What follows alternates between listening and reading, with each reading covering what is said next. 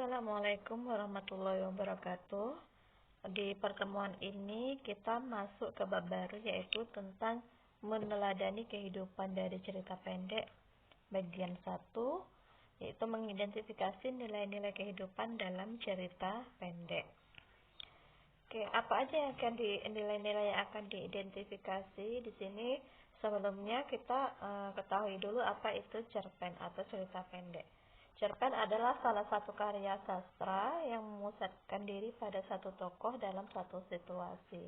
Jadi dari karakter tokoh kita dapat menemukan nilai-nilai kehidupan, yaitu perbuatan baik yang bisa kita tiru atau perbuatan buruk yang harus kita jauhi. Di sini ada sebuah cerpen, judulnya Robohnya Surau Kami. Nanti kalian bisa sendiri, ini yang awalannya. Selanjutnya ini, terus ini yang terakhir. Oke, setelah membaca cerpen tadi, kalian akan menemukan nilai-nilainya. Biar lebih mudah dalam memahami cerpen dan nilai-nilainya, sebaiknya sebelum membaca sebuah cerpen, kita harus menyiapkan sejumlah pertanyaan.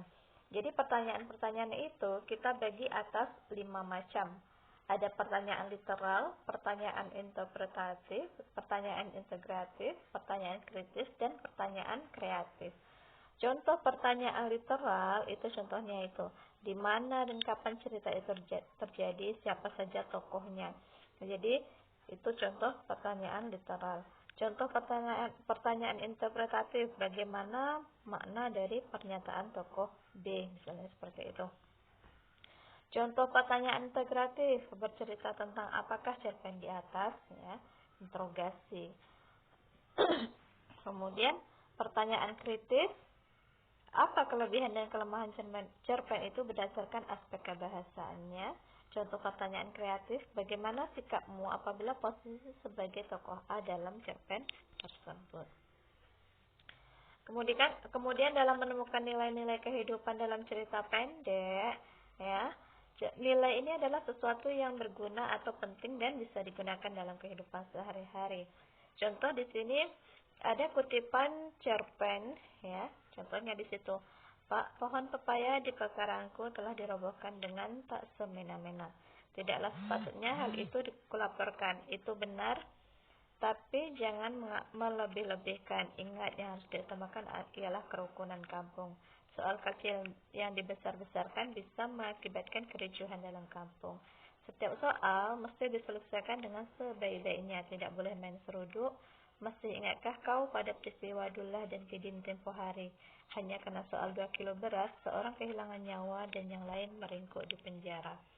Ya, jadi dari kutipan teks ini kita bisa melihat apa aja yang nilai yang bisa diambil. Yang pertama itu perlunya menjaga diri. Menjaga diri sini adalah menahan hati kita, ya. Menahan emosi, ya, di situ. Kemudian mengandung amanat tidak boleh melebih-lebihkan persoalan sepele karena akan berakibat fatal. Kemudian kita yang mengandung nilai moral, yaitu nilai kebersamaan dalam suatu masyarakat atau nilai menjaga antara satu orang dengan orang lain. Tuh. Ya.